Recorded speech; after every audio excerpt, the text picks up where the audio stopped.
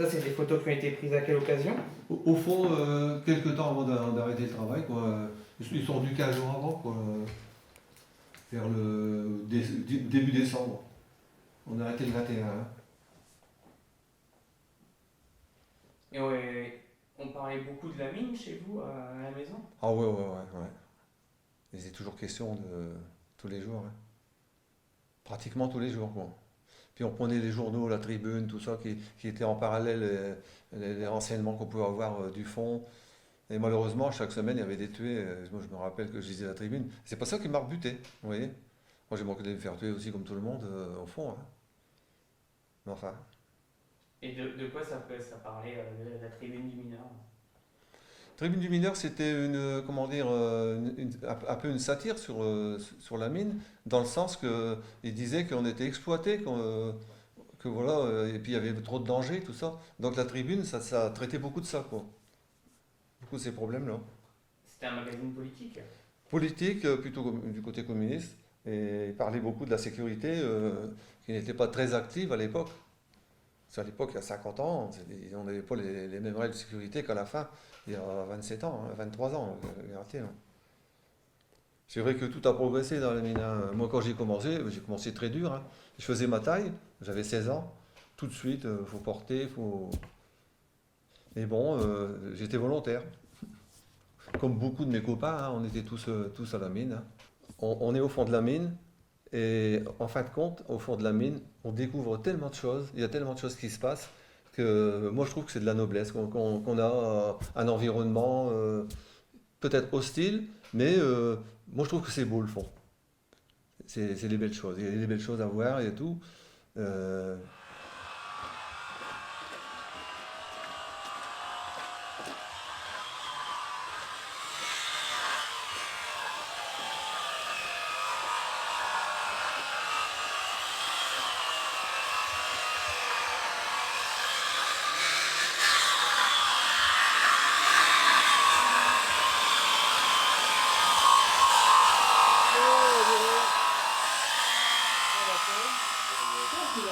Ça c'est la dernière berline officiellement qui est remontée du fond. Cette berline-là, quand on ferme le 21 décembre 90, elle faisait que ça, elle a descendu au fond. Pas au fond, elle descendait 10 mètres, elle remontait, elle descendait, elle remontait, etc. Pourquoi? Pourquoi? Parce qu'il y avait, je ne sais plus combien de caméras qui étaient là, et qui filmaient à chaque fois, disons, sur le meilleur angle. Donc ils faisaient descendre là.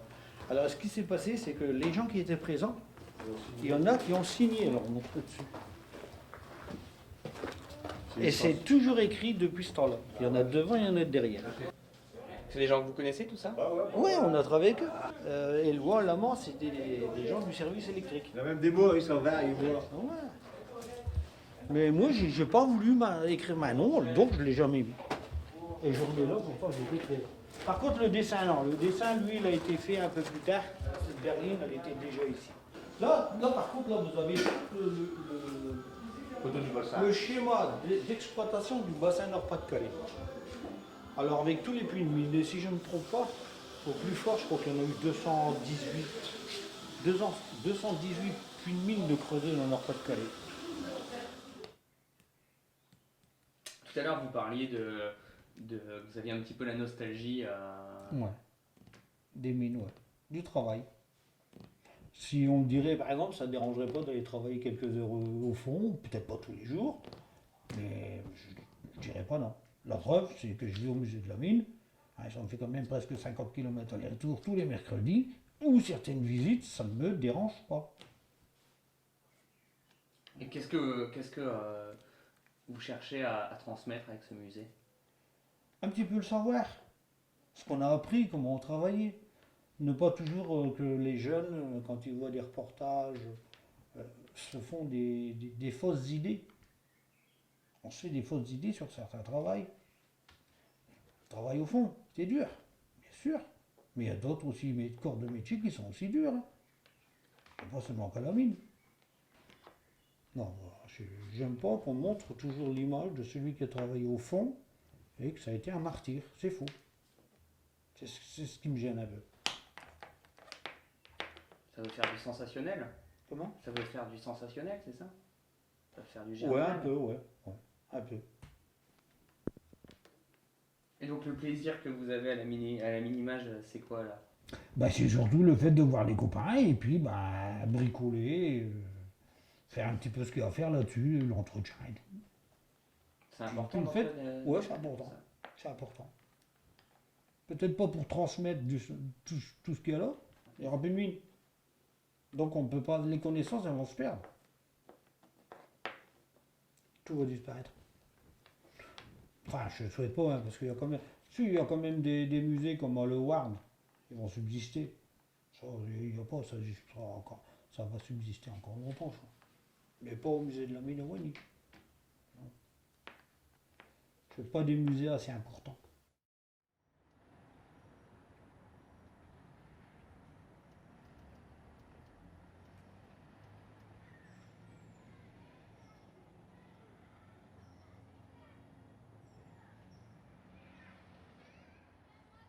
Tout à l'heure, vous me disiez que c'était important que les mineurs parlent de leur expérience pour pas que le métier s'oublie.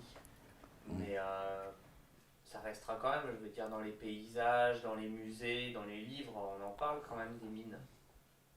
Oui, quand même. Ça va pas être oublié Oui, complètement. pour l'instant, ouais. Tant qu'il y a des mineurs. Oh non, le Hein. petit, je Bon, sais. ouais, bien, non, j'ai bien dit, comme le petit, là, il y a les cassettes et tout, là, comme il dit, lui, ça restera. Ça dépend, peut-être, ses enfants, lui, la génération de ses enfants. C'est ça que je sais pas. Mais par exemple, pour la Première Guerre mondiale, les poilus, ils sont tous morts, mais on continue à s'en souvenir. Attention, ça fait 2 ans qu'il est mort le dernier pollu. Hein. Bon, ici on en parle parce que ça va être les 100 ans, là. Peut-être dans 20 ans, ça sera presque oublié. Non. Vous parlez quand même de Napoléon? Dans l'école, On se souvient quand même. on se souvient. Mais à l'école, On apprend à l'école. oui, on n'en parle plus, presque plus maintenant à l'école. C'est devenu un moment de l'histoire. Oui, Et- c'est un moment, voilà, bah, c'est ça que je veux dire. Ça sera un moment de l'histoire. On me dira ça sur les mines. À l'heure actuelle, quand on fait quand des récitals comme ça, mais après ça diminuera. Mais c'est la marche du temps quelque part. Bah oui, c'est un marge du temps, c'est pour ça que je vous dis, ça s'oubliera, c'est pour ça, c'est sûr. Après, on parle de chez Renault, là, tu as travaillé chez Renault, là, bah, c'est cela, bah, ça c'est sûr et certain. Bon, hein, comme on disait, on a marché sur la Lune. Hein, qu'est-ce qui aurait dit qu'on a marché sur la Lune? Hein, quand on voyait Jules Verne, ben, le film que l'autre est rentré de la fusée dans la Lune, hein, elle n'a jamais dit qu'on aurait été dans la Lune.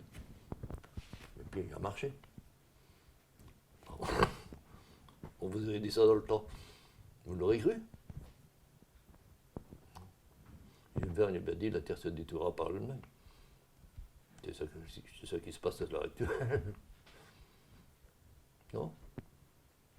Alors, tout à l'heure vous parliez de noblesse, là vous avez parlé de la beauté du fond. C'est pas des images qu'on a au premier abord quand on pense à la mine. Non, mais enfin, disons que nos vieux nous en parlaient, hein. Et bon, c'était déjà une bonne piste, hein, pour nous. Qu'est-ce qu'ils disaient les vieux?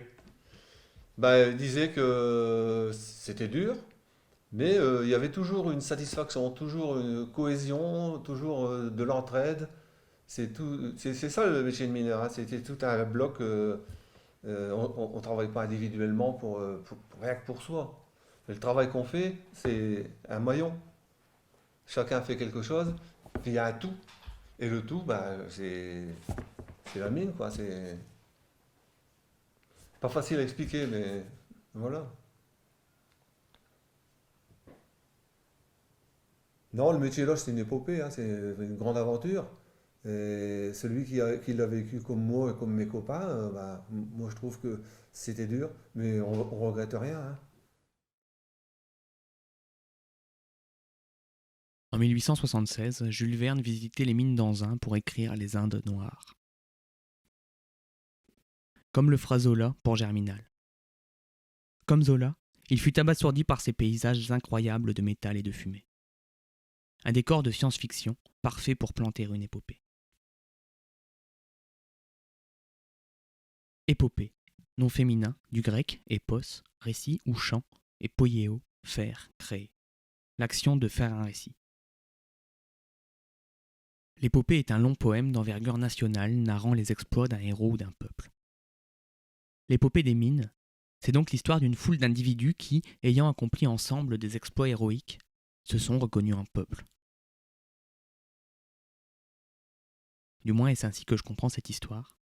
Et puisqu'il faut bien choisir un sens dans le passé, pour s'y retrouver un peu, celui-ci me va très bien. C'est de ce point de vue que les mines me semblent le plus toucher au présent.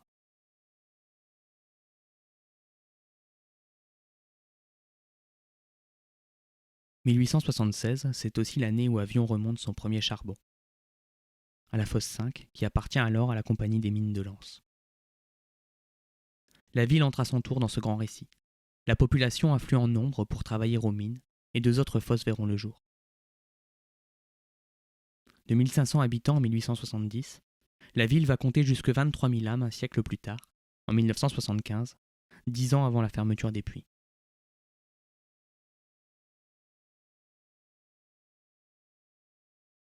L'épopée du charbon, c'est donc tout à la fois une histoire du travail et de l'industrie, et un récit de voyage et de migration, 2 histoires inséparables, et qui, toutes 2 ensemble, ont fait entrer la France dans la modernité, lui ont donné le visage qu'aujourd'hui on lui connaît.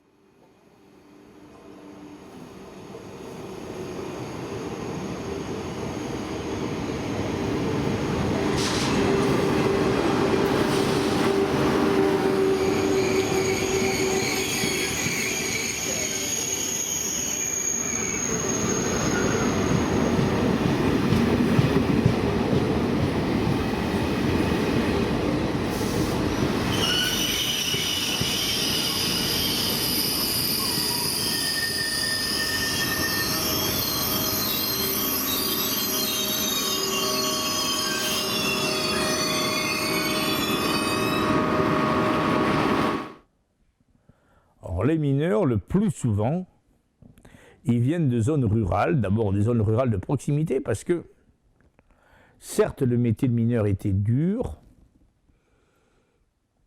il était totalement différent de celui que connaissaient les paysans, mais pour les ouvriers agricoles, qui étaient traités comme des chiens, à l'époque, les ouvriers agricoles, ils étaient traités à la ferme, ils dormaient avec des animaux.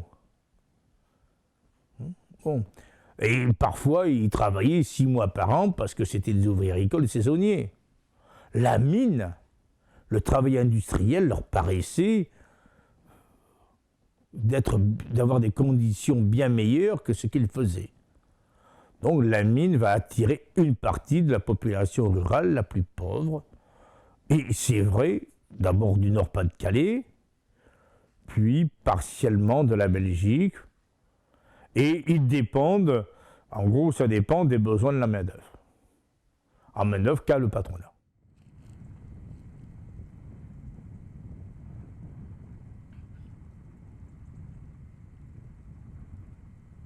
Partout dans la région, des hommes et des femmes sans terre fuient leur campagne pour s'installer dans les nouvelles cités minières, les corons.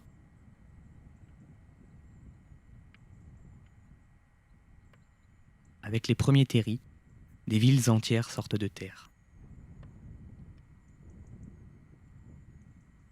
Et déjà, à la fin du XIXe siècle, près de 400 000 Belges travaillent dans les industries régionales pour compenser le manque de main-d'œuvre, dans un pays encore largement rural.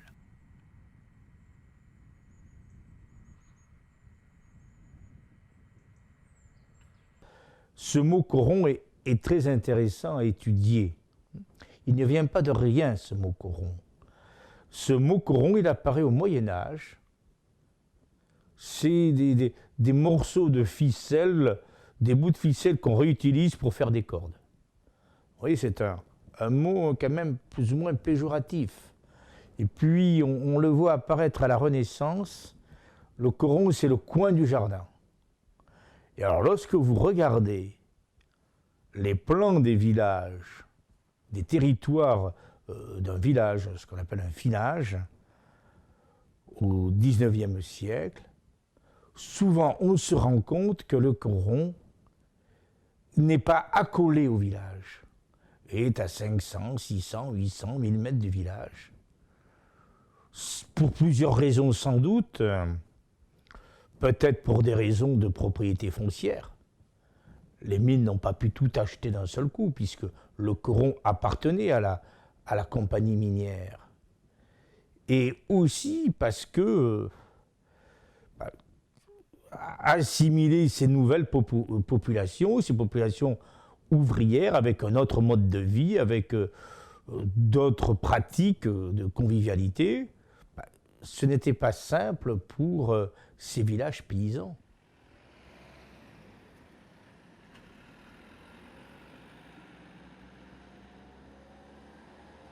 Il faudra beaucoup de temps pour que les habitants des bouts de ficelle tissent des liens avec les paysans locaux. Pour que des gens différents parviennent à vivre ensemble. Pour que les villageois se fassent à cette communauté ouvrière naissante, acceptent ces pratiques sociales.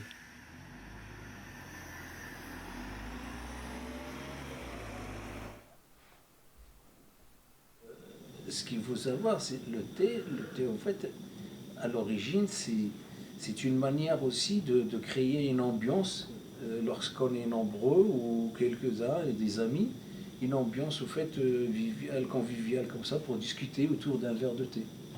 C'est pas vraiment le thé en lui-même, mais c'est une façon de discuter autour d'un verre de thé. C'est la convivialité. C'est la convivialité, c'est le temps qu'on va consacrer au thé qui va au fait aussi un peu réguler notre discussion. Si bon, le type connaisseur est dans le thé, donc lui il va allonger la période, il va essayer de faire en fonction que ça dure plus longtemps. Et ça peut durer des heures, hein, le thé. Ouais, parce que le thé au sud, par exemple, les gens ils ont le temps, comme il disait, ça me rappelle une petite anecdote, il dit vous avez la montre, nous on a le temps. C'est-à-dire que eux, c'est vrai, quand ils se mettent autour du thé, ils ont le temps. Ils ont le temps parce qu'ils utilisent déjà le charbon de bois, ils utilisent vraiment presque les matières vraiment typiques. Et puis il y a une saveur qui est autre. C'est pas la même chose que lorsqu'on le fait très vite sur le gaz, et puis parce que on va le boire presque debout, quoi. Et donc, ici, le thé, je dirais qu'il perd un peu le charme, son vrai charme. Et voilà quoi. Donc, ça fait à peu près 40 ans. À peu près 40 ans, je suis resté à Lyon. En 75 jusqu'au maintenant. Ça fait 39, 38. Je suis ici à la France. Ah oui. Vous êtes un vieil avionné maintenant. Ah oui, oui, ça. Maintenant on est vieux de la France. Un vieux de la France, il n'est pas d'avion. Parce qu'on est vieux de la France. On a perdu notre santé à la France aussi. Ce n'est pas avion. Nous, on est resté seulement avion. Mais la santé, on l'a perdue à la France. Parce que c'est la France qui a fait venir les mineurs. Ah oui, c'est la France qui l'a fait venir. Avec des conditions, des contrats et tout ça. Quand j'ai venu ici, je dis, je vais passer un an seulement, après je vais retourner. Mais quand j'ai des camarades et tout ça, c'est pour cela que j'ai resté. Après, on a passé un temps, on va apporter les enfants, on va dire, faire revenir les enfants du Maroc ici. Parce qu'on ne peut pas vivre seul. Avant, on reste seul là, à la cité de Saint-Cavieux là-bas, à l'église soir. Avant, il y a des maisons là-bas, on reste là-bas, en famille. Quand vous étiez là-bas, vous étiez tous ensemble dans des Ensemble, oui. Il y a les maisons, il y a des 6 camarades, bien 5, ça dépend. Et on reste ensemble. Chacun il fait à manger. Mais c'est pour cela, on travaille de l'aimer. Ensemble. Il y a qui va après-midi, il y a quelqu'un qui va au matin, il y a quelqu'un qui va de nuit. L'autre qui reste de l'après-midi, il fait manger celui du matin, il fait manger. Alors, c'est comme ça. Oui. Après, un temps, ça y est, on est resté, on a l'habitude. On a pris l'habitude de rester à la France. Et après, on a fait venir les enfants. Mais j'ai fait venir 4 enfants du Maroc avec la femme. Oui. J'ai resté ici, à les bâtiments qui sont abattus là, devant les tours. Les tours là, avant, en 80. Les enfants, je les fais venir à 80. Et ils sont venus, je venais avec ma femme et 4 filles. Avant, je n'ai pas de garçons. J'ai 4 filles. Ils sont venus, après on a travaillé dans les mines. J'ai travaillé au 4 de lance, 7 d'avion, 5 de lance. J'ai travaillé à Wani, Foussina-Fouani. J'ai travaillé là-bas aussi. Oui. J'ai travaillé jusqu'à 89. Ah bon, moi, je suis une grande famille, j'ai 8 enfants. Et maintenant, il reste CSR. Maintenant, il n'y en a pas. Ils sont partis. Chacun, il a fait sa maison. Ça, c'est pour la France.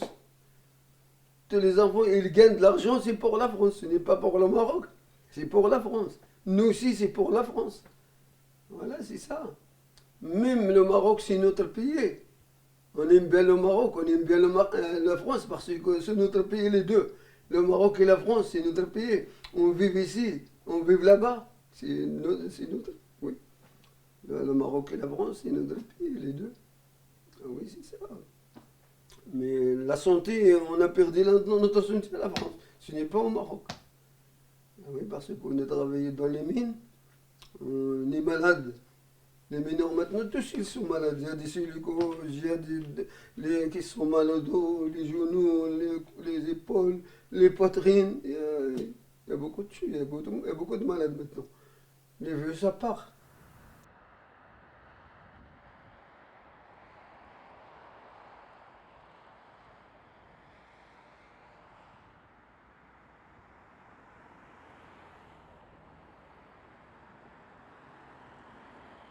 Pendant plus de 100 ans, l'immigration a été un atout inestimable pour l'industrie française. Elle lui a permis de gagner en souplesse, en recrutant selon la nécessité des adultes déjà productifs, souvent mis aux postes les plus rudes. L'immigré n'a jamais pris la place du français, mais la place que ce dernier, mieux formé, plus qualifié, refusait.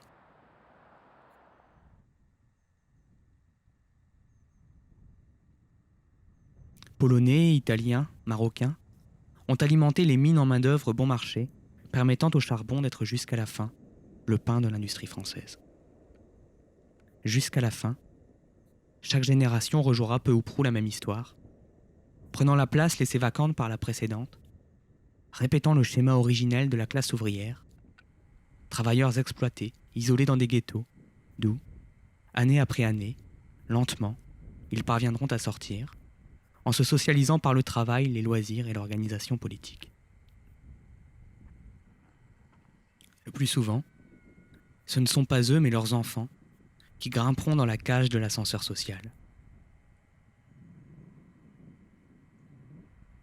Avec la fin du plein emploi, ce cycle historique a pris fin à son tour, laissant sur le carreau toute une partie de la jeunesse, enfants d'ouvriers orphelins d'une histoire dont ils n'ont pu hériter.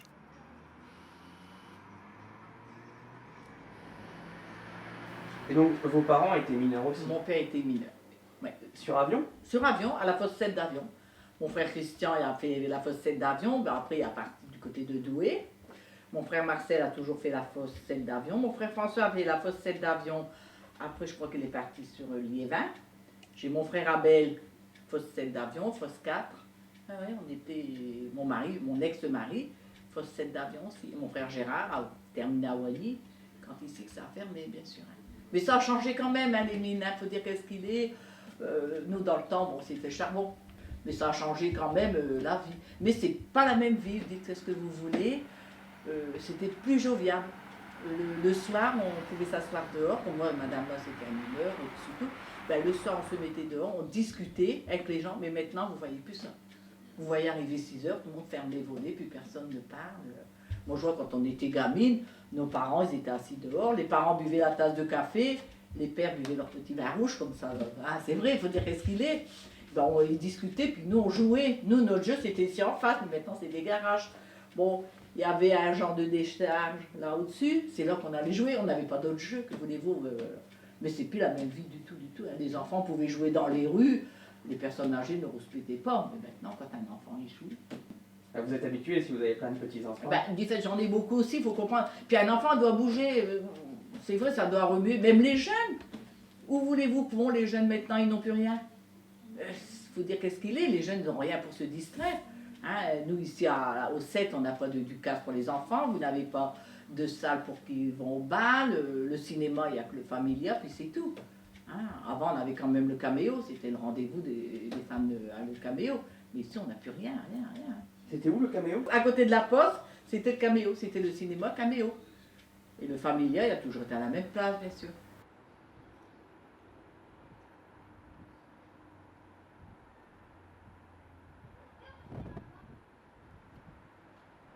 Et c'est quoi la différence entre le Caméo et le Familia? Ben, le Caméo, comment je veux dire ça, c'était plutôt un cinéma pour les grandes familles. Tandis que quand vous arrivez au Familia, c'était beaucoup les commerçants. C'était déjà plus luxueux. C'était plus luxueux le Familia que le Caméo. Le Caméo, en haut, les sièges étaient en bois, hein, tandis qu'au Familia, c'était du velours. Voilà.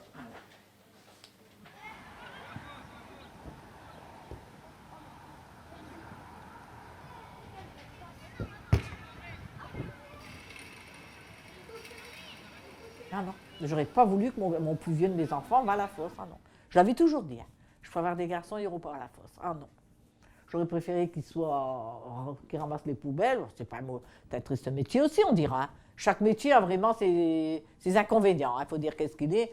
Un qui travaille en bâtiment, un qui travaille sur la route, un qui fait des tranchées. Mais descendre au fond d'un trou comme ça, bah, c'est pas moi. Et alors du coup, vous étiez triste ou vous étiez contente quand les mines ont fermé? Bah, oui et non, parce que ça a fait des chambres. Ça a fait beaucoup de... C'est vrai parce que c'était un métier. Hein. Mais regardez quand les mines ont fermé. Puis regarde, déjà, même pour la chaleur, c'est plus pareil. Bon, le gaz et puis le charbon, c'était différent de chaleur. Hein. Nos enfants ne connaîtront pas tout ça déjà. Hein. C'est pour ça qu'on en parle toujours, hein, des mineurs. Hein. Pour ça, j'ai dit, il ne faut pas qu'on les oublie. Hein.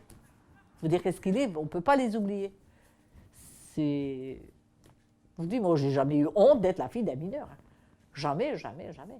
Ah non. Même en filature, il n'aurait pas fallu qu'on me dise, tu sais, les mineurs, je crois que... Enfin, chacun a ses opinions, comme on dit. Hein. C'est vrai. Hein. Oui. Et après, ils attrapent cette maladie, là, hein. La silicose. Hein. Ça, c'est une triste maladie. Hein. Non, j'ai vu partir 2 frères là, sur 15 jours.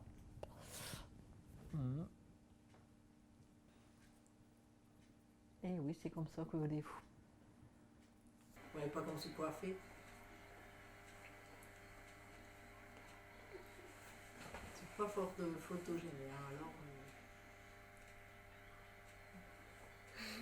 Toi, tu rigoles de moi, tu vas l'avoir sur les fesses.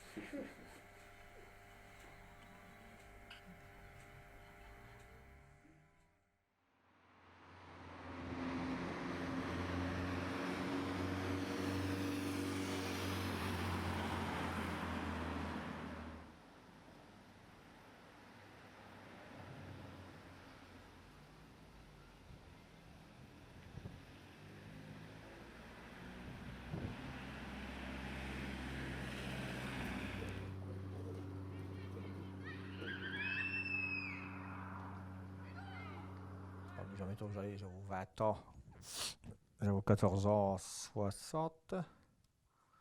Ma père, je suis dans les années, grosso modo, 40. Hein. Voilà. Et il vous parlait de la fosse à la maison Ah bah, c'était l'entreprise la plus importante. Hein. Ma père est au mineur. Bah, avant, c'était quoi? Ton père était mineur, bah, tout le monde à la fosse, quoi. Et les filles à l'usine. Puis en plus, c'était une grande famille, donc tout le monde travaillait, quoi. Après, mes sœurs, ils ont épousé des mineurs. Tous mes beaux-frères, ils ont été mineurs, quoi. Acheteurs, les gens qui vont se marier, ils vont épouser des informaticiens. Mais dans le temps, chez toi les mines, quoi. Tout le monde était mineur. Et l'entourage aussi, c'était des mineurs aussi. Dans la cité. Tout le cité, il n'y avait que des mineurs, que des mineurs. Les gens, ils se mettaient dehors l'après-midi ou bien le soir et puis ils discutaient dehors. Tout le monde était mineur. Par chez nous, il n'y avait pas d'autre chose. Hein. Et ça créait des liens spéciaux entre les gens? Au travail, c'est sérieux. Hein. Tous les gens, ils sont copains. On ne pouvait pas passer à côté de quelqu'un qui avait un problème et puis les regarder puis s'en aller. Hein. Alors, bah, donner un coup de main. C'était réciproque. Le jour où moi j'avais un problème, bah, le gars me donnait un coup de main. Quoi. Alors, on dit dans le temps, mais c'est vrai, c'est plus la même génération. On n'a plus de contact. Les jeunes n'ont plus de contact comme nous on avait. Quoi. Mais c'est vrai, la fosse est au sacré. Hein. Et vous pensez que le travail, ça a aidé au mélange? Le fait, justement, comme vous dites... Beaucoup. Mais quand j'ai commencé en 1960, on parlait déjà de fermer les mines. En 60, le gouvernement, on va fermer les ouvrières. Bah, si on n'avait pas fait l'immigration marocaine ou polonaise, ça allait faire boucher fosse. Hein. On est fini avec combien de Français aux ouvrières? Pas beaucoup. Hein. 80% de nos mineurs, c'est tous des Marocains. Si eux, ils n'étaient pas venus, bah, c'est pas, on aurait peut-être fermé avant. Hein.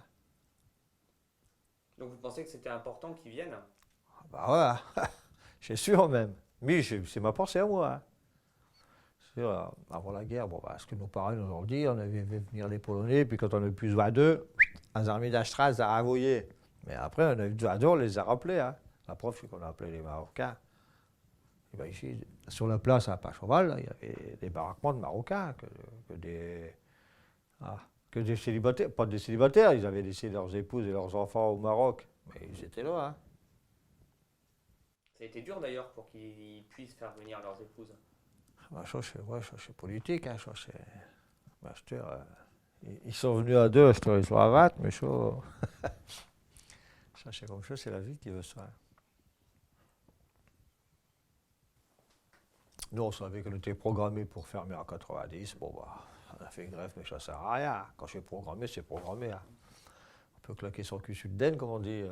C'est prévu, c'est prévu. Au revoir, c'est Ormital, c'était prévu, c'est prévu. Un neveu qui travaillait dans le papier, là. C'est pareil, c'était prévu, ça ferme, quoi.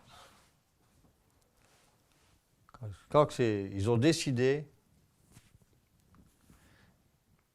ils reculeront peut-être d'1 an, 2 ans, 3 ans, mais quand c'est décidé, on peut faire ce qu'il y a à eux.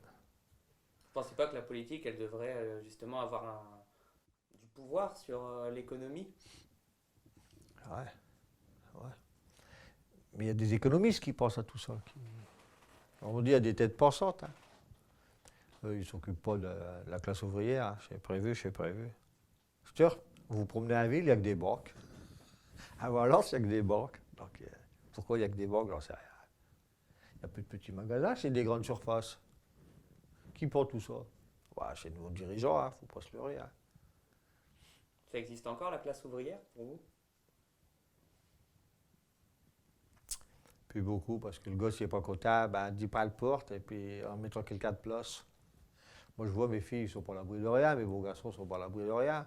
Il y a un beau-fils qui travaille à du Rosotti, là, il est chef de chantier, ben, c'est pareil, ils ne sont pas à l'abri de rien. Mes filles travaillent en usine, c'est pareil. Hein. Ils sont postés, s'ils ne sont pas contents, ben, tu prends la porte et puis c'est tout. Quoi. Il y en a combien qui demandent du boulot? Puis il n'y a pas de boulot. Il y en a, mais peut-être pas suffisamment assez.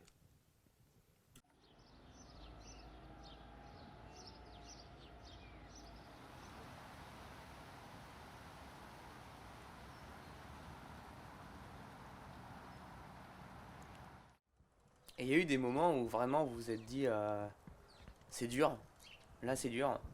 Ah ouais, plus d'un coup même. Mais comme je dis, ça a été mauvais. Ça sera à refaire peut-être fois pareil. Hein. Ça a été toute ma vie. Je vous dis, j'ai commencé à 14 ans, j'ai fait mes 30 ans. Bah, puis je ne suis pas le seul. Hein.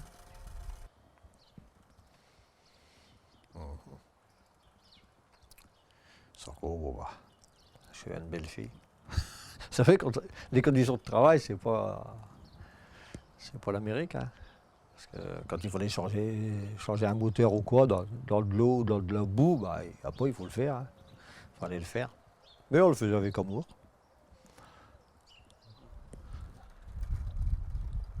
Et vous pensez qu'il y aurait eu un moyen de sauver les fosses vraiment? Et que ça valait le coup? Ça coûte trop cher, je l'ai dit tout à l'heure. Ouais, mais aujourd'hui, le charbon, ça peut être encore... non, les exportations, elles ont changé de prix. Et puis, ils vont exploiter le gaz, mais aller rechercher le charbon, bah déjà nous on est à 1050 mètres de profondeur. On est lequel, camarade hein? Puis le gaz et tout ce qu'on veut, puis on a beau faire des techniques, Il y a toujours des accidents, les gens ils ont peur et tout. Il ne se passe pas un an, soit que dans le journal on voit il y a un accident au Japon, il y a un accident là, il y a autant de tués là, il y a autant... En Afrique du Sud, au Chili. Ouais, on voit là, quand il y a eu 197 là, qui étaient emmurés. Finalement, la mine, c'est comme pour le textile ou ces choses-là, toutes ces industries difficiles, on les a envoyées dans le tiers-monde, quoi, finalement. Les gens, pour avoir un peu d'argent, dans les mines d'or, c'est pareil, les gens ils dévalent sans sécurité, c'est rien du tout. C'est pour gagner leur croûte, comme on dit. Hein. Mais nous, on est devenus trop industrialisés, il n'y a plus personne qui va descendre au fond des mines, c'est pas vrai. Ça,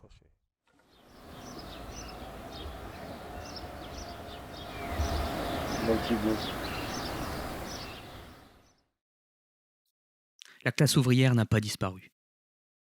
Elle s'est seulement éparpillée, mondialisée. Qu'est-ce qui peut bien séparer les 1100 mineurs tués dans la catastrophe de Courrières en 1906 des 1100 ouvriers morts dans l'effondrement du Rana Plaza au Bangladesh en 2013 ? À part une centaine d'années et quelques milliers de kilomètres. 2 catastrophes, plus de 2000 travailleurs victimes de l'exploitation, victimes d'un travail dont le fruit leur échappe. Il suffit parfois de s'éloigner un peu dans l'espace pour reculer dans le temps, pour retrouver des femmes et des hommes qui vivent au présent de notre histoire. C'est cette fraternité dans la douleur qui a donné la force aux hommes de se rassembler, de s'organiser, pour imaginer un monde où il n'y aurait plus de victimes du travail.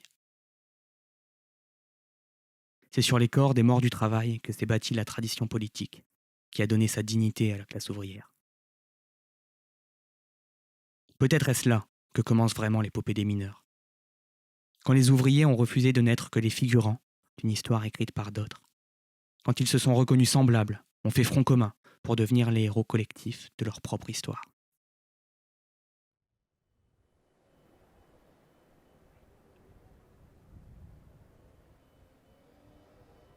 Le système capitaliste fait naître une contradiction.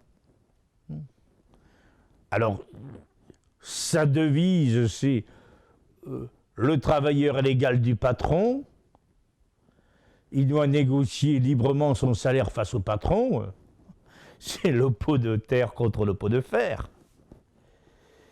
Et en même temps, la concentration ouvrière, à l'extérieur ou à l'intérieur, va favoriser la prise de conscience. Et dans les corons, naturellement, je vais expliquer pourquoi j'utilise le mot naturel, l'adverbe naturellement. Mais ces solidarités vont se développer, et parmi les hommes et parmi les femmes. Et un des endroits où pour les femmes la solidarité va se développer, sans l'oubli, parce qu'on l'a totalement oublié, c'est tellement facile aujourd'hui, on va à la salle de bain, on va au robinet, eh bien c'était la pompe du coron. Dans le coron, il y avait 2-3 pompes à eau, parce qu'il n'y avait pas de l'eau dans chaque habitat. Il y avait des pompes collectives, des pompes publiques, et les femmes se retrouvaient pour aller chercher de l'eau, et ça discutait. Tout comme les hommes se retrouvaient à la fosse le matin, à l'équipe de matin vers 5-6 heures, à l'équipe d'après-midi à 13 heures, avant de partir dans les chantiers une fois qu'ils étaient descendus au fond de la fosse. Eh bien, ce travail, les hommes se retrouvaient et discutaient. Combien de fois il y a des mouvements de grève qui vont se développer à l'entrée de la fosse, il y a un responsable qui prend la parole et qui dit il y a un copain qui était grièvement blessé hier, il y a un copain qui a été tué hier, il y a eu tel ou tel éboulement, où le patron a décidé de réduire les salaires, les primes, ou d'augmenter les cadences. Et la grève se décide comme cela. Donc c'est vrai que ça va entraîner cette contradiction. Et alors, naturellement, le patronat a perçu cela, parce qu'ils ne sont quand même pas stupides. Et donc, il va exercer aussi un contrôle et surveillance dans les corons. Il va y avoir des gardiens de corons. Certains corons sont entourés de murs, fermés par de grands portails, pour éviter les venues étrangères. Et vous savez, la conscience humaine, c'est un peu comme de l'eau. ça se glisse partout. Ça arrive à s'insinuer partout. Vous pouvez faire les murs, les prisons que vous voulez. La conscience, l'intelligence des gens et l'intelligence des gens du peuple, des ouvriers, des travailleurs, elle arrive à s'infiltrer, à percer toutes les murailles.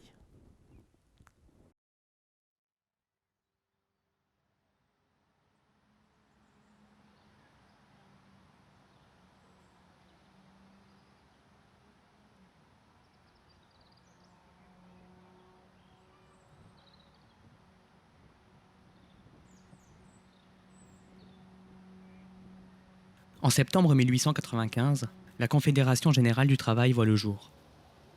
En décembre de la même année, 2 industriels proposent la première projection publique de leur toute nouvelle invention, le cinématographe. 2 ans plus tard, en 1897, les mineurs avionnés créent l'Ouvrière, une importante coopérative qui possède un estaminet, des petits commerces et déjà un cinéma.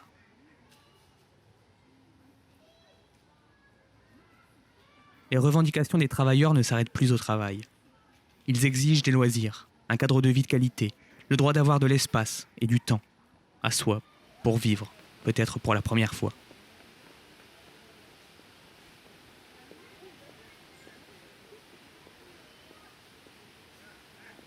Signe d'un temps où tout semblait possible, où le monde, parce qu'il accédait à portée de regard, semblait à portée de main, où les rêves paraissaient réalisables, parce qu'ils étaient mis en commun, parce qu'ils étaient partagés par toute une communauté.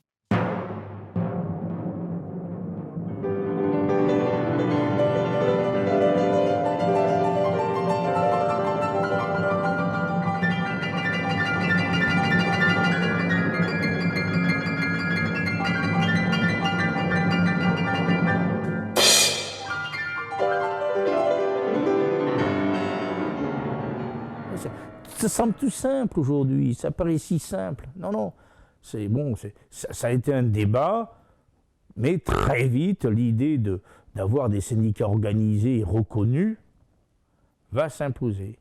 Mais n'oubliez pas une chose, en 1904, les syndicats liés au patronat sont en France, sont à peu près aussi puissants que la CGT. Là aussi, il ne faut pas vivre avec l'illusion que c'est parce qu'on crée un syndicat, on claque des doigts que tout est réglé. Non, non, non, non. Ça se construit lentement, difficilement, avec des contradictions, avec des retours en arrière. Voilà, bon, voilà.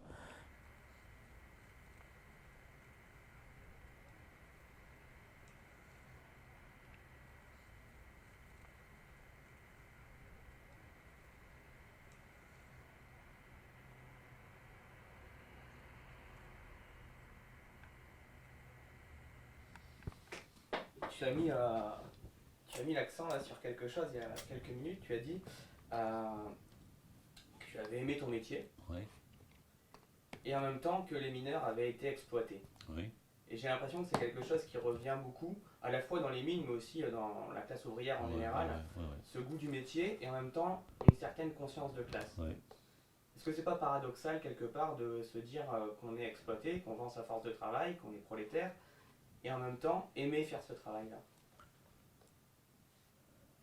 Ben, oui, mais cette situation-là, elle est créée pas par le travailleur, par le patronat. Un gars, si aujourd'hui tu vas travailler par contrainte, par obligation, mais c'est même pas ça que je veux dire. Si, c'est un peu par obligation.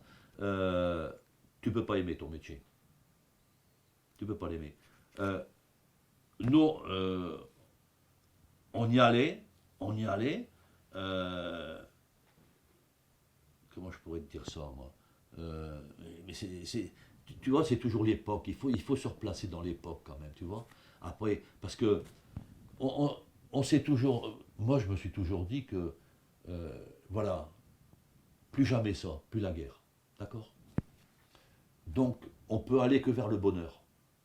On peut aller que vers le bonheur. Bon, aujourd'hui, je suis déçu parce que je me suis trompé sur cette évolution-là. Mais on l'a connu à un moment. On avait du travail. Et donc, ce métier, oui, moi personnellement je l'ai aimé, mais je pense qu'il y en a beaucoup comme moi qui l'ont aimé parce qu'il nous apportait quelque chose. Il nous apportait vraiment quelque chose. Même si à chaque fois il fallait se battre pour qu'on améliore nos conditions de travail, qu'on améliore nos conditions de vie, qu'on améliore nos salaires et tout, mais le métier on l'aimait. Moi je l'aimais. Aujourd'hui, on nous dit ah non, on ne peut pas, il n'y a plus de fric. J'ai commencé à travailler le 13 avril 1955. J'ai toujours entendu dire que le patron, ben non, on ne peut pas parce que ça va être la faillite. Ça a toujours été le leitmotiv du patronat, tu vois. Bon, mais ça n'empêche pas l'un, n'empêchait pas l'autre. Ce qui fait que, donc, il y avait, tu aimais faire ce travail-là, mais c'était aussi dans un temps historique où tu sentais que ce travail, tu le faisais pour quelque chose. Ah, pour quelque chose, oui. Ouais. Bah, d'autant plus que la France vivait sur le charbon. Ouais. Et je pense que ça aussi, on le savait. On le savait. Donc, et de ce côté-là, on a eu de la reconnaissance, puisque quand on a eu des grands mouvements de grève 48-63, il y a eu une solidarité importante autour des mineurs, parce que le Français savait très bien que sans le mineur, la France ne tournait plus. Hein. C'était la seule source d'énergie. Donc, c'était valorisant tout ça, c'était valorisant. Mais aujourd'hui, quand on crée quelque chose, c'est pour un intérêt personnel, c'est pas pour la collectivité. Différent. Hein, nous, c'était nationalisé. Hein, la richesse était répartie entre tous les Français, pour ainsi dire. Hein, et ça créait du travail pour d'autres. Donc, mais cet esprit-là, aujourd'hui, il n'existe plus. Hein. Aujourd'hui, on sait très bien que dans les usines, c'est d'abord pour les actionnaires et puis après pour les ouvriers.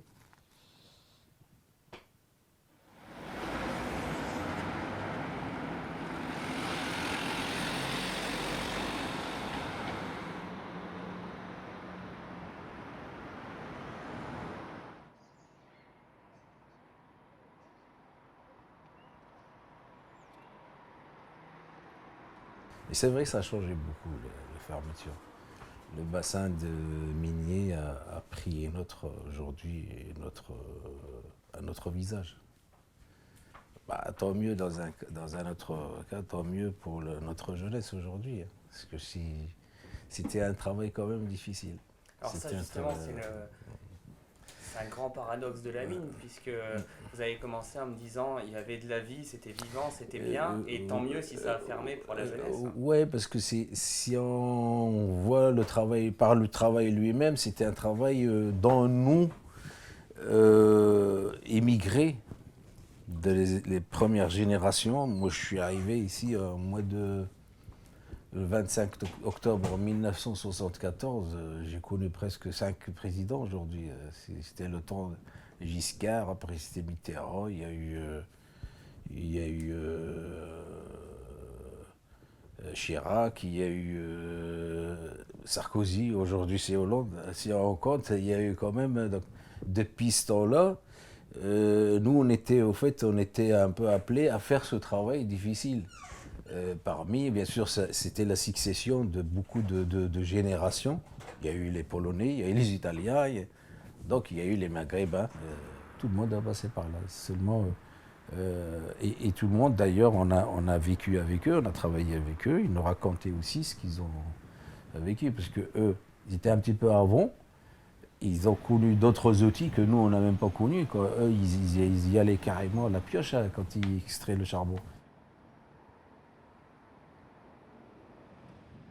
Il y avait une vraie transmission d'histoire entre les immigrés. Voilà, c'était l'histoire, exactement. C'était ces histoires qui alimentaient un petit peu le moment de repos, le moment où on cassait la croûte, le moment c'était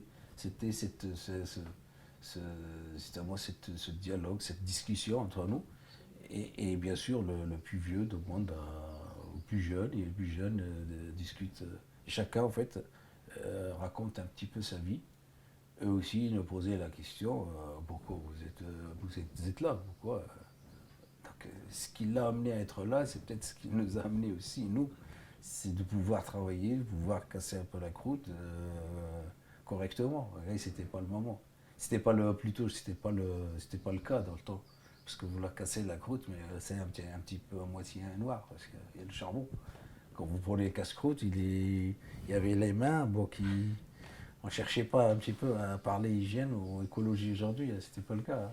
Donc le monde a changé depuis. Mais c'était un bon monde pour nous, c'était la belle époque. Pourquoi? Je ne sais pas pourquoi.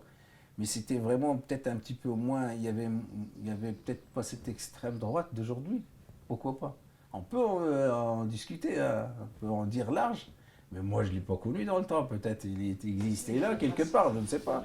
Dans les têtes de quelques individus, il était là, peut-être, dans les têtes des individus, je ne sais pas, il y a quelques-uns. Mais sur le papier, il n'existait pas. Moi, je ne le voyais pas, en tout cas. Je ne le vivais pas, je ne le sentais pas.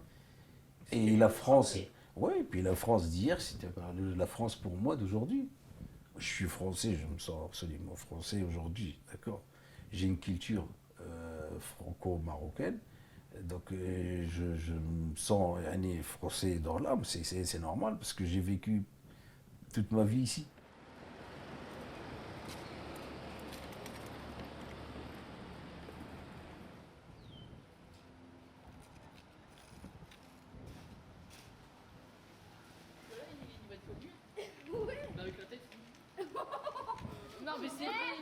C'est toujours les premiers qui commencent, qui s'ébusent un peu le plus, et c'est toujours grâce aux premiers que les autres en bénéficient davantage de ce que les premiers ont combattu.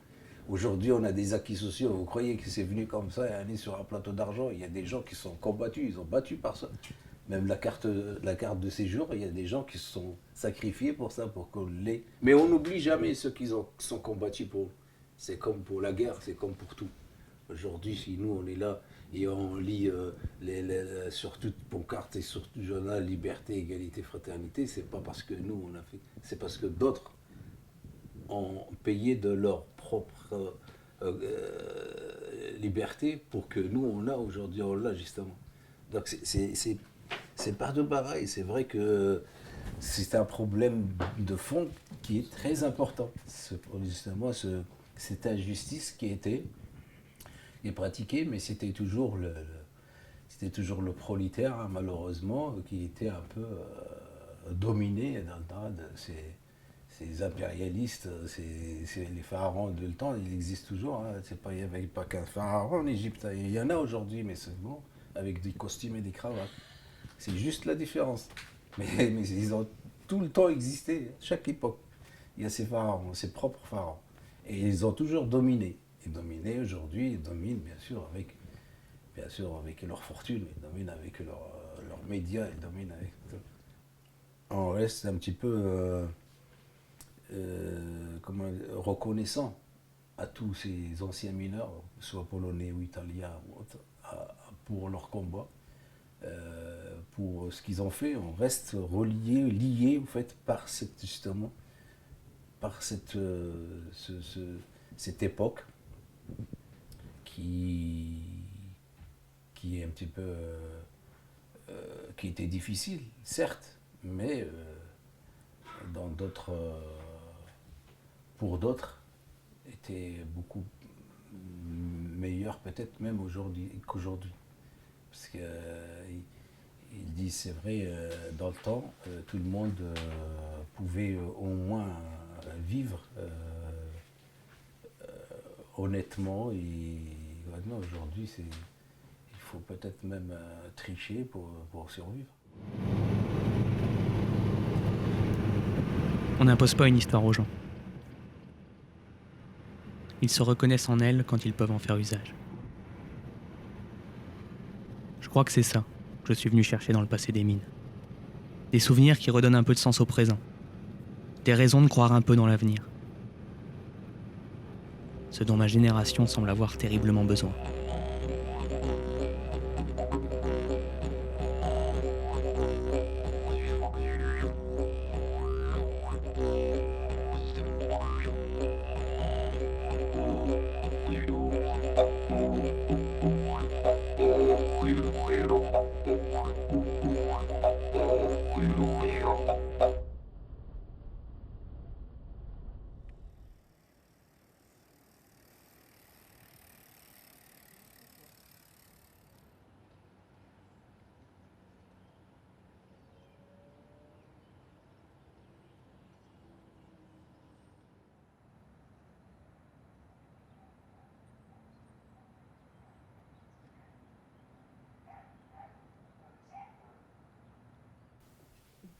Vous aviez envie, vous, d'être mineur?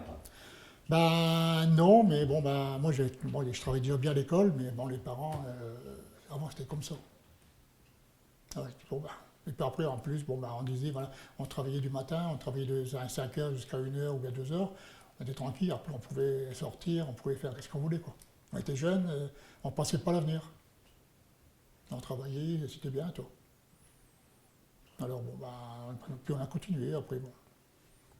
Et en même temps, votre avenir, il était assuré en travaillant à la mine. Voilà, oui, parce qu'après, bon, ben, c'est vrai, après, ben, les mineurs, ils avaient le médecin gratuit, le chauffage, le logement, on avait quand même des avantages qui n'étaient pas à laisser. Hein. Et puis c'était un sacré privilège de commencer à 14 ans en sachant qu'on avait une voie toute tracée. C'est quelque chose qui n'existe plus. Oui, parce que c'est pas comme maintenant. Maintenant, c'est le chômage. Maintenant, pour bien, il faut partir à des 100 km d'ici pour travailler. Alors maintenant, avant c'est vrai, on était assuré de l'emploi. Puis on restait toujours au même endroit. Donc vous avez commencé en 59, c'est ça? Du coup, vous avez connu quelques grèves quand même importantes. Ah oui, hein, la grève de 63, les grandes grèves. Ah oui. Quel souvenir vous gardez de cette grève-là? Ben, il y avait une bonne entente avec les mineurs. Parce qu'il y a ça aussi, parce que maintenant les jeunes ne s'occupent plus de syndicats. Bon, j'ai vu au boulot, là, les jeunes ne s'occupent plus de syndicats. Puis avant, les anciens, vraiment, c'était des syndicalistes. Grève, c'était grève. Et puis ils étaient toujours ensemble, il y avait une bonne entente, tout. Vous voulez dire que quand vous étiez mineur, les anciens apprenaient aux jeunes, l'histoire de la grève. Et puis pour eux, c'était grève, il faut faire. Moi, je me rappelle quand j'étais jeune avec mon père et puis mon frère, ben, quand c'était grève, on était à 3 à pas travailler. Mon père disait on fait grève, on fait grève. Oui, c'était vraiment ce grève, il fallait faire, c'était pour leur bien. Et comment ça se passait ce passage du témoin dans la grève entre les anciens et les jeunes Ben, on suivait l'exemple des anciens, hein, parce qu'on était appris. Alors quand on faisait grève, on suivait l'exemple des anciens. Bon, ben, ils nous disaient qu'il faut faire grève parce que bon, c'est pour ça. Si tu ne fais pas grève, ils vont t'exploiter. Il y a toujours des. C'est véridique. Hein. Donc il y avait une conscience de lutte des classes en fait. Ah oui, lutte des classes, oui. Ah oui. Oui, il disait il faut faire grève. Si on veut avoir quelque chose, il faut faire grève. Il ne faut pas toujours. Il y a des discussions aussi avec les patrons. Hein. Parce que si on fait des discussions avec les patrons et puis qu'on n'abolit pas, c'est là qu'on fait grève. Hein. Parce qu'avant, il y avait quand même des discussions. Hein. Aujourd'hui, elles n'existent plus, ces discussions? Ben, je pense que les jeunes, ils ne s'intéressent plus à rien, je pense pas. Mais vous, quand vous étiez jeune, c'est des anciens qui vous ont expliqué? Oui, oui. Vous pensez qu'il n'y a pas d'anciens qui ont expliqué aux jeunes? Ben, les jeunes, ils sont plus pareils que nous. Nous, on était plus aux écoutes. Que les jeunes, maintenant, ils sont plus aux écoutes. Et maintenant, ils sont indépendants, les jeunes, ils sont... Je sais pas. Est-ce que c'est pas aussi le fait que vous avez commencé votre carrière à 14 ans aux mines, vous l'avez terminée aux mines, et du coup vous avez pu côtoyer longtemps les anciens? Dès que vous avez commencé à 14 ans, vous étiez avec quelqu'un qui vous avait appris le travail? Oui, parce que quand on commence à travailler au début, on nous met toujours avec un ancien, quoi, un ancien mineur. Alors ensuite, même quand on est galibot, on choisit une personne qui sait déjà bien travailler, et puis on lui donne la fonction de chef d'équipe. Et on est toujours avec lui pour travailler au fond. Il nous dit, ben, il faudra faire ça, il nous oriente un petit peu, quoi.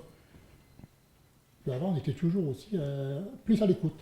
Mais en même temps, un jeune qui commence aujourd'hui, s'il fait 3 mois dans une entreprise, 3 mois dans une autre, et 3 mois encore dans une autre, parce qu'il enchaîne les CDD, il ne peut pas construire ce lien avec les anciens. Et puis ils ont peur de faire grève aussi. Par rapport, si on fait grève, on dit, bon, ben, si t'es pas content, et il y en a 3, 4 qui sont à la porte, si t'es pas content, tu prends ta valise et puis on va. Il y a ça aussi. Le chômage, c'est devenu un moyen de pression. Voilà. Les patrons, ils se sentent forts par rapport à ça.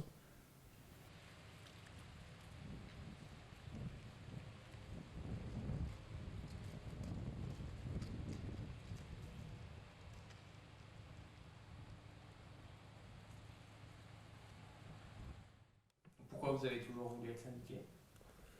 Ben, là aussi, c'est les parents. qui eux-mêmes étaient syndiqués, donc ils nous conseillaient de se syndiquer. Donc vos parents étaient à la CGT. Ouais, CGT, ouais. Et donc il y avait aussi une transmission politique en fait par les parents. Ouais. Bah, eux, mes parents étaient communistes. Hein. C'était communisme. Hein. Ah ouais. D'ailleurs, Avion à l'époque, c'était tout communiste. Hein. Pratiquement. Et parce que justement, vous me dites que vos parents étaient communistes, qu'il y avait des revendications fortes. C'était encore le cas avec votre génération ou un peu moins? Ah, moi quand même. Hein. Après, ça s'est organisé. Hein. À tel point que moi j'étais apolitique. Hein. Je n'ai jamais fait de politique, moi. Bon, quand je vais voter, c'est pour qui je vais voter. Je vote jamais blanc. Mais je ne fais pas de politique. Hein. Ça ne sert à rien. La politique, ça ne rapporte pas. Sauf à certains. Mais non. Non, mais dans le temps, les vieux, c'était... Oh ouais, hein, c'est... Monsieur communiste. Et pourquoi ça a disparu ce côté revendicatif? Ben, je ne sais pas, parce que peut-être les vieux sont partis avec, à cette époque-là, ça fait quand même plus de 50 ans, 50-60 ans. Hein.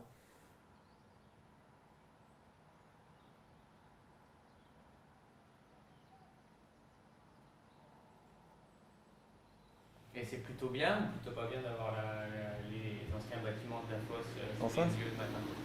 Non, ça ne me fait rien. Ben, en face, c'était les ingénieurs, en haut, les géomètres. En bas, c'était le télévigile, c'est-à-dire le centre nerveux de la fosse. On avait tous les renseignements qui arrivaient là. Puis au-dessus, il y avait des ateliers, tout ça. Il faut dire qu'avant, cette fosse, elle était totalement autonome.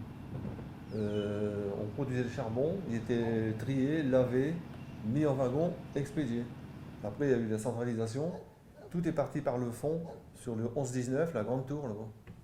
Mais avant, ici, on avait autonome.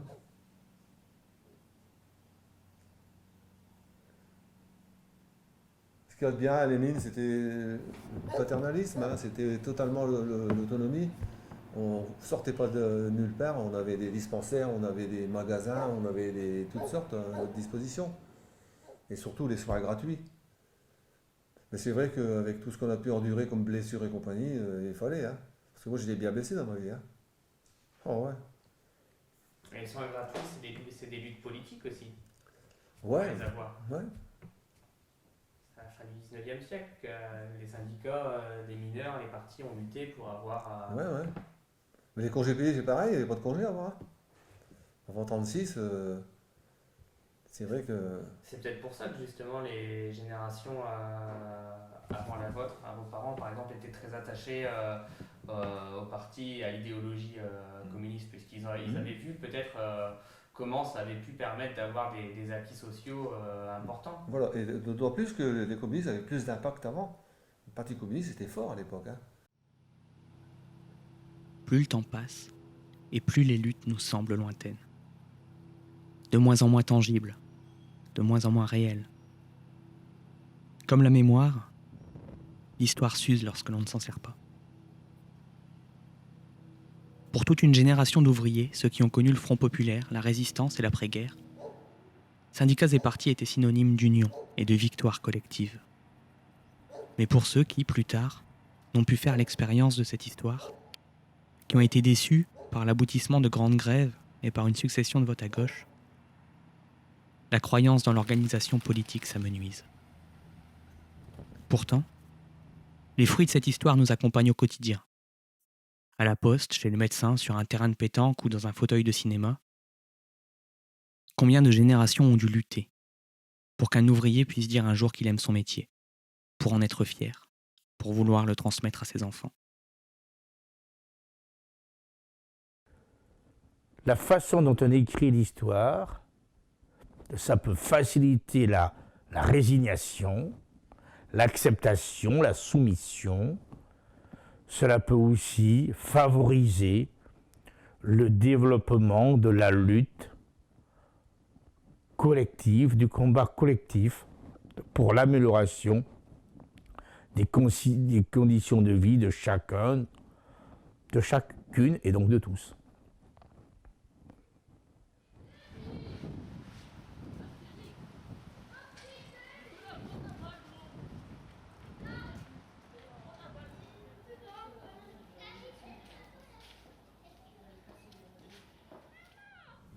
Est-ce que cette transmission politique de presque de père en fils, de génération en génération, elle n'est pas en train de se perdre?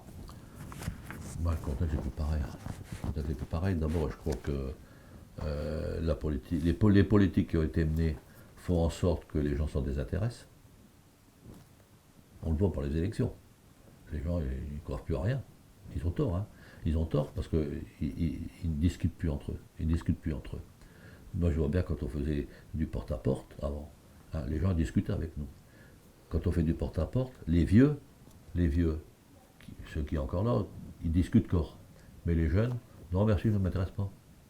Pas de majorité, hein, je ne fais pas attention. Mais c'est le sentiment qui apparaît.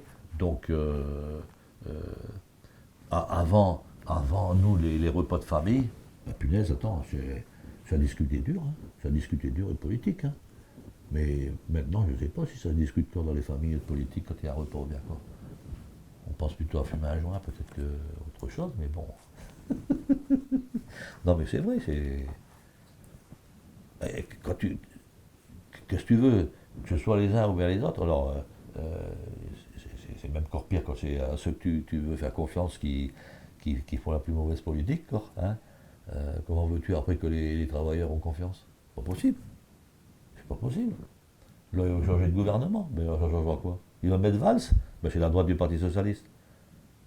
Et il va faire une politique il va inverser la politique qui est actuellement. Mais c'est pas eux qui font la politique, c'est pas eux qui décident.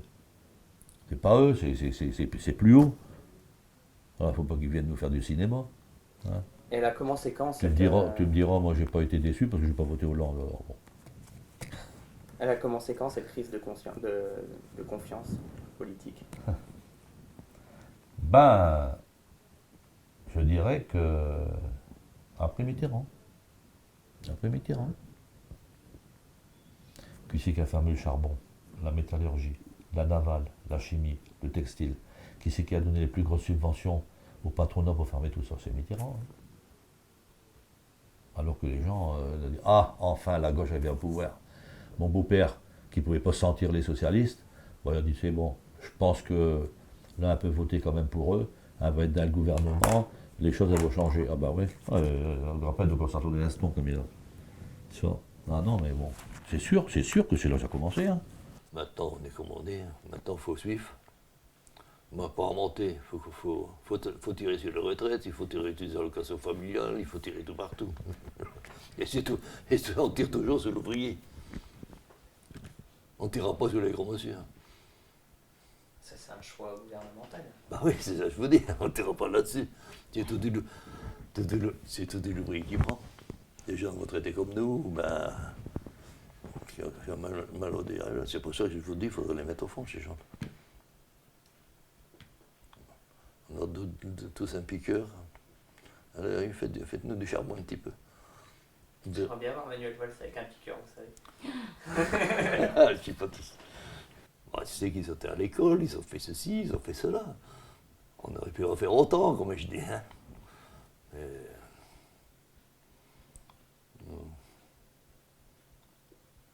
On devrait les faire travailler un peu avant de se faire de la politique. On devrait les mettre tous au fond, travailler pas longtemps, vous savez.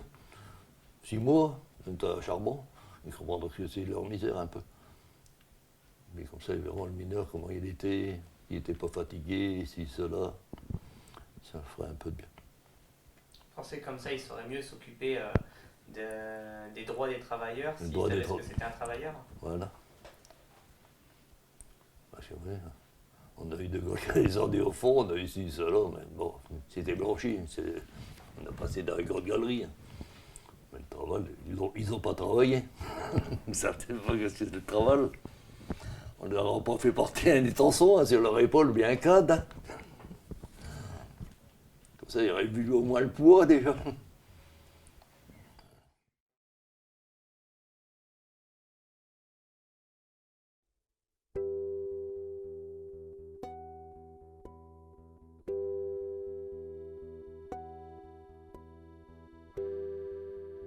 Dès la révolution industrielle, des artistes ont illustré l'épopée ouvrière. en tentant de représenter le poids du travail.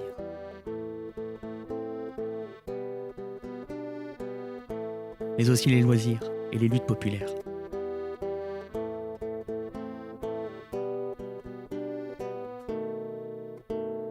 Montrer le peuple au travail, c'était reconnaître en lui la force créatrice des richesses de la nation. Peindre ses luttes, c'était légitimer son combat pour la dignité, pour l'émancipation de l'humanité tout entière.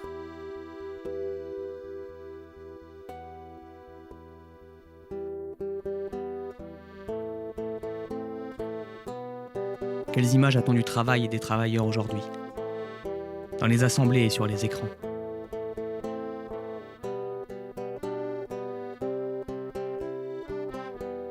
Si les gouvernants ne se représentent plus le travail, c'est qu'ils ne représentent plus les intérêts des travailleurs. Un actif sur 4 appartient encore à ce secteur. Pourtant, l'ouvrier figure à la tradition trop encombrante, a peu à peu disparu de la scène politique et du champ médiatique. Le terme même paraît aujourd'hui désuet.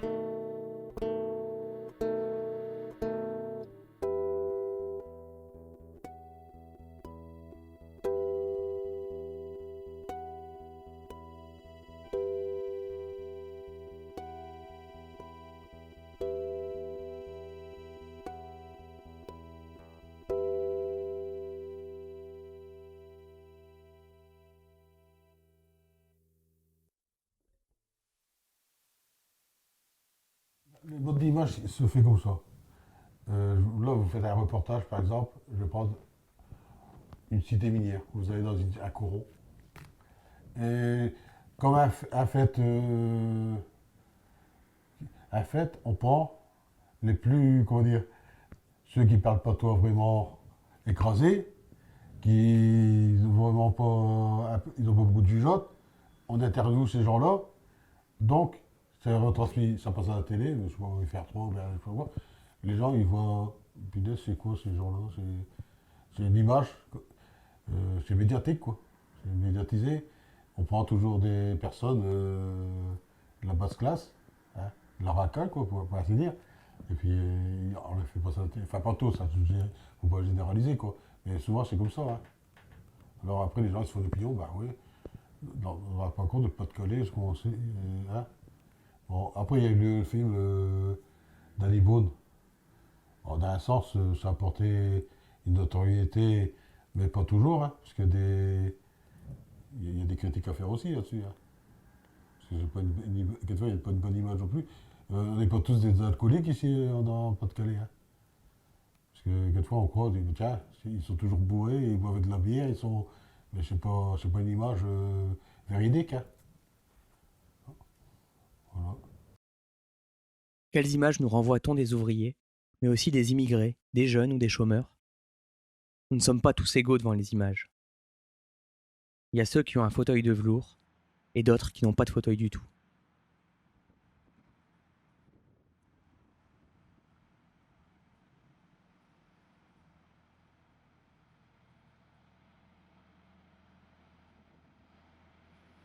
En disparaissant des écrans, c'est une certaine image du peuple que l'ouvrier a emportée avec lui. Et ce qui a remplacé cette identité sociale, c'est une identité publicitaire, fondée sur le confort et la consommation.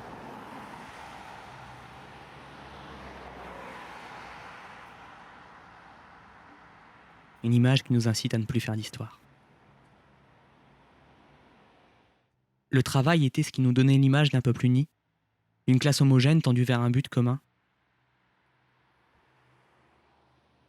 Comment exister ensemble aujourd'hui, sans image commune ?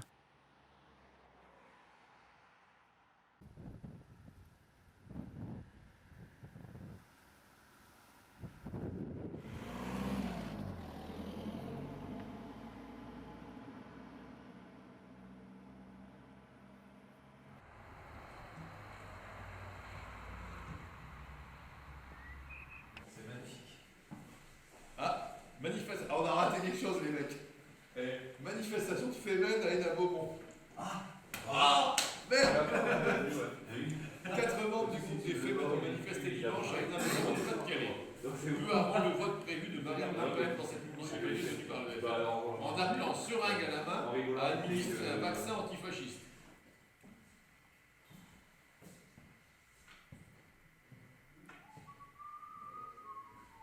Tu découvres des choses, hein. Espéranto, je ne pensais même pas que ça existait encore, ça. Si, ça existe toujours. À Avion, tandis qu'au municipal, une liste de gauche était réélue avec 50% des suffrages, 2 mois plus tard, aux européennes, l'extrême droite arrivait en tête.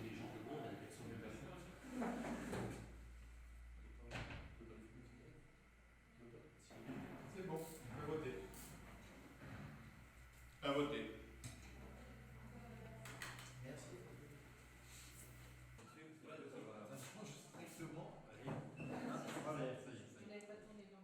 Moi, une preuve de racisme populaire. Je crois que ce scrutin a d'abord été une tentative, peut-être rageuse et maladroite, de remettre un peu d'humain en politique. De l'humain qui gueule, qui méprise et qui exclut. Peut-être ce qu'il y a de pire dans l'homme, mais de l'homme quand même. Là où l'Europe n'existe dans les discours qu'en termes d'économie, de commission des finances ou de marché.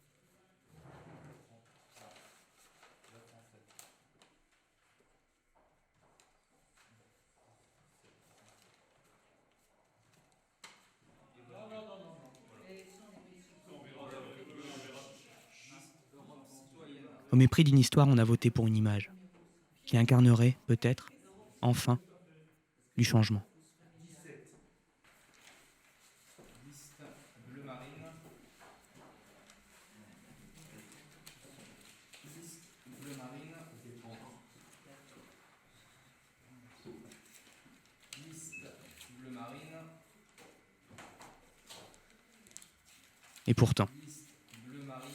Et pourtant, dans l'épopée ouvrière, l'extrême droite n'a jamais été du moindre secours aux travailleurs.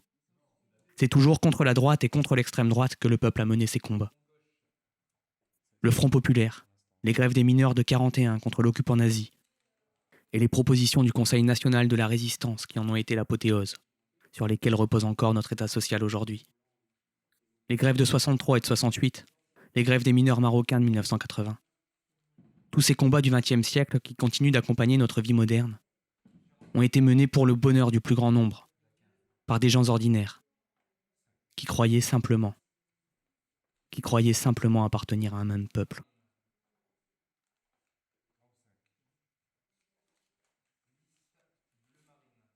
Alors, ce que je vais dire n'est pas là pour excuser ces actes. Mais si on ne voit pas qu'est-ce qu'il y a derrière ces actes, comme affrontement voulu par le patronat, devant lequel les gouvernements ferment les yeux, on ne comprend pas. À la fois, tu as cette réaction que je dirais, entre guillemets, spontanée, parce que les gens sont à cran, ils n'ont pas de boulot, et puis ils voient des gens qui prennent leur place. Je ne dis pas qu'elle est responsable et raisonnable. Je dis c'est le réel. On peut faire ce qu'on veut, ça ne sert à rien de nier le réel. Et en même temps, tu as des forces qui utilisent cela pour diviser la classe ouvrière, pour les séparer et pour les attirer vers des impasses. Ça fait partie d'une politique conceptuelle du capitalisme depuis un siècle et demi. Mais Zola le dit lui-même dans Germinal, c'est pas nouveau, c'est humain. Bon, c'est humain, cette contradiction sur laquelle joue le patronat. Divisé pour régner, c'est pas pour rien que lorsqu'en 1889, à Paris, se crée l'Internationale ouvrière, autour de Lafargue, de Jules Guesde, des Allemands Liebknecht et Bebel, et il y a une magnifique banderole. Prolétaires de tous les pays, unissez-vous. Et c'est de cette réunion de 89 qui se tient à Paris que va naître cette magnifique édit du 1er mai. C'est la réponse faite par les ouvriers aux patrons le 1er mai. Que disent les patrons? Vous demandez des augmentations de salaire, un travail un peu moins dur, une journée à 10 heures ou à 8 heures, mais nous On ne demanderait qu'à satisfaire. C'est pas nous le problème, vous comprenez. Si on vous accorde ça en France, on sera plus concurrentiel par rapport aux patrons allemands, belges ou russes ou anglais. Vous comprenez? Et alors là si on vous l'accorde, vous n'aurez plus rien. Vous perdez votre boulot. Et les patrons allemands disaient la même chose. Et le 1er mai, c'est cette idée d'organiser dans le monde entier une journée internationale de grève, de lutte, de protestation, tous les ans, tous les 1er mai, pour demander, pour réclamer la journée de travail, maximum 8 heures par jour. Mais c'est l'idée fondamentale de tout le mouvement ouvrier et qui continue à vivre aujourd'hui. À vivre aujourd'hui. Le 1er mai est encore un jour de manifestation plus ou moins importante, mais dans le monde entier. Donc, tu vois, c'est cette idée-là de... Alors, c'est la réponse au fait que les patrons, eh bien, ils jouent les travailleurs les uns contre les autres.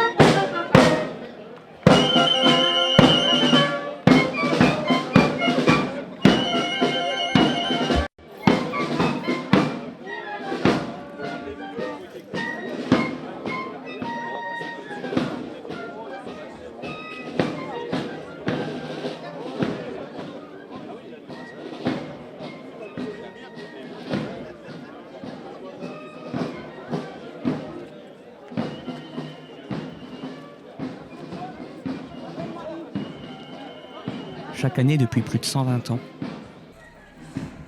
dans des dizaines de milliers de villes à travers le monde, des travailleurs marchent d'un même pas pour clamer leur volonté d'un temps de travail égal à un temps de loisir, d'un travail effectué dans le respect de la personne et s'affirment solidaires d'un même récit populaire. Le travail aurait été le plus grand paradoxe des sociétés modernes. D'abord source de misère et d'exploitation, il nous a rapprochés et fédérés, au sein d'un quartier comme au-delà des frontières, comme jamais nous ne l'avions été auparavant. S'il devient nécessaire aujourd'hui d'inventer de nouveaux liens sociaux entre les gens, d'imaginer de nouvelles formes politiques pour faire des hommes des citoyens, il faut plus que tout continuer à croire en cette épopée du travail. Plus que tout, c'est cette épopée qui nous a montré ce que nous étions capables d'accomplir ensemble.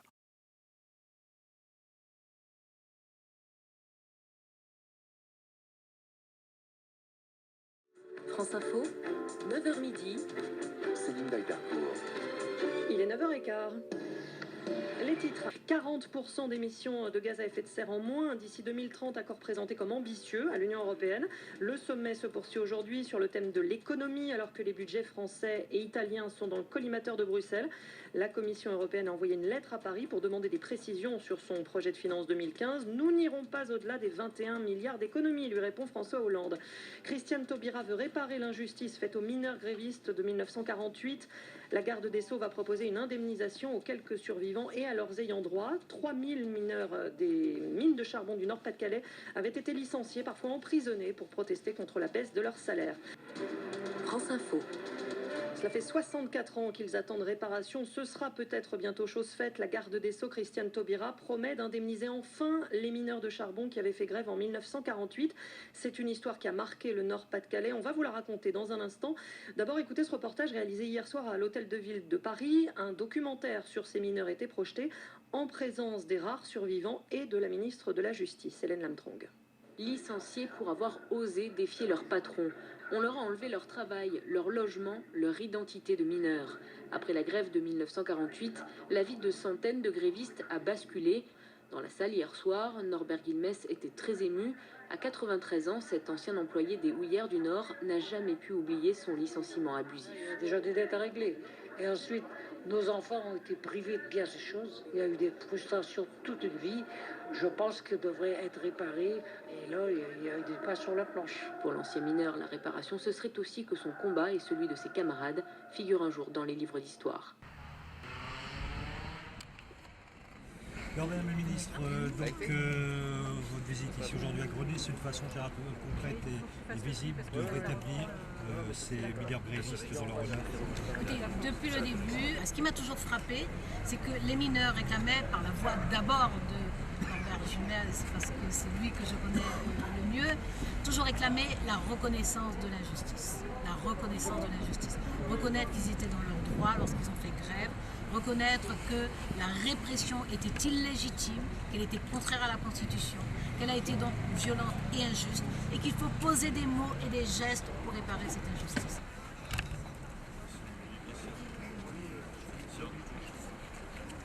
Pour l'instant,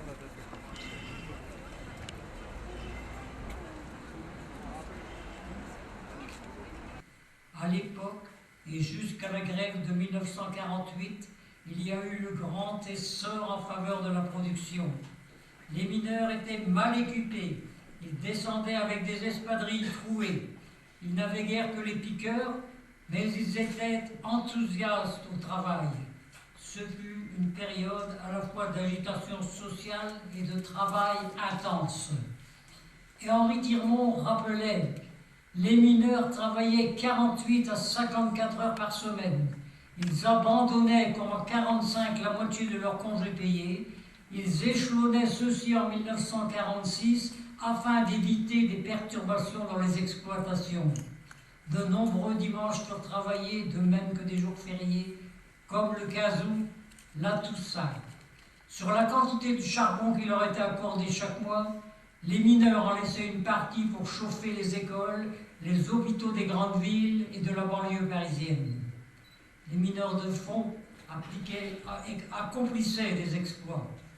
Comme les grognards de l'Empire qui se sacrifiaient en criant « Vive l'empereur », comme leurs camarades qui étaient morts, exécutés par l'occupant nazi en criant « Vive la France », ils se sacrifiaient pour assurer la renaissance rapide de l'industrie française.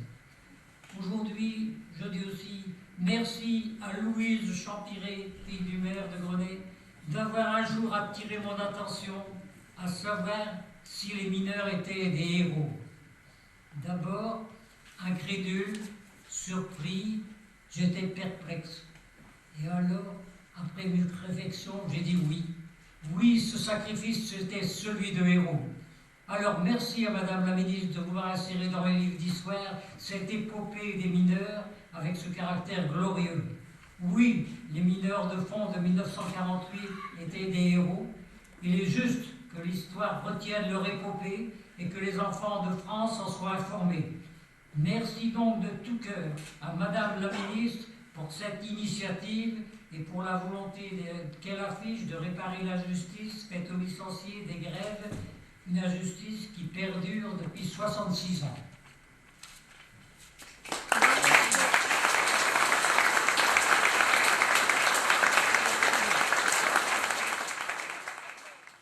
Donc il fallait saisir la chance que nous avions, nous, génération,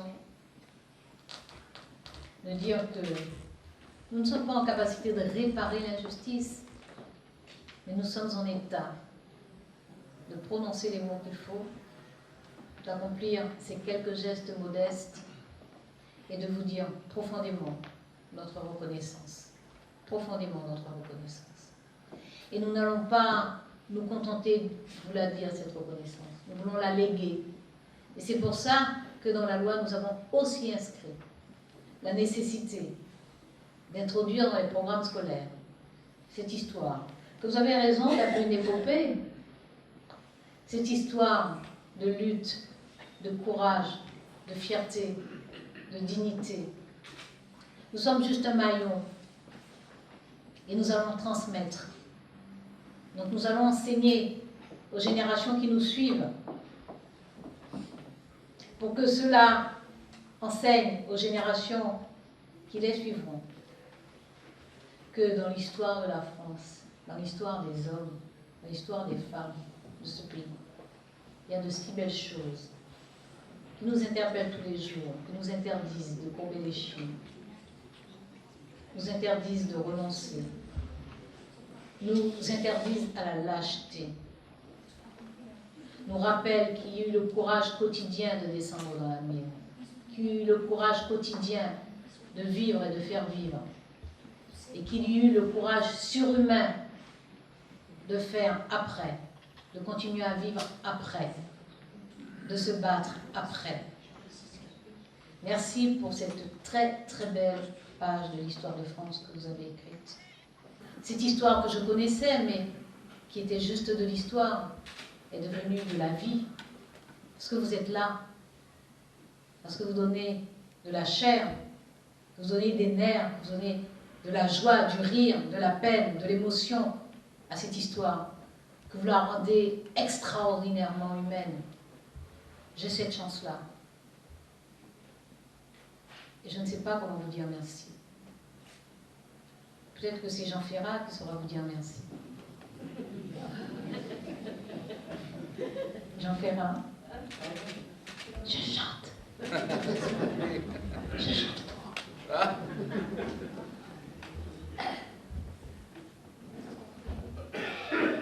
De plaines en forêt. Pas le mélancolie, là. Merci. De plaines en forêt, de vallons en collines, du printemps qui va naître à des morts de saison, de ce que j'ai vécu à ce que j'imagine, je n'en finirai pas d'écrire ta chanson. La France, elle monte des mines, descend des collines, celle qui chante en moi, la belle, la rebelle. Elle tient l'avenir serré dans ses mains fines, celle de 36 à 68 chandelles. La France.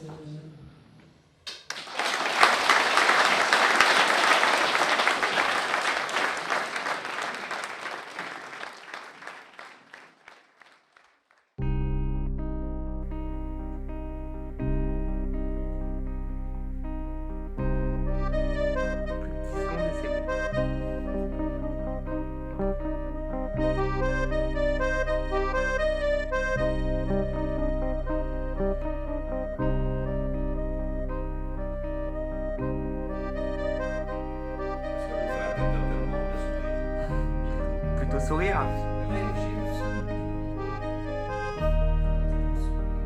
Si vous avez des bonnes raisons de sourire, faut sourire.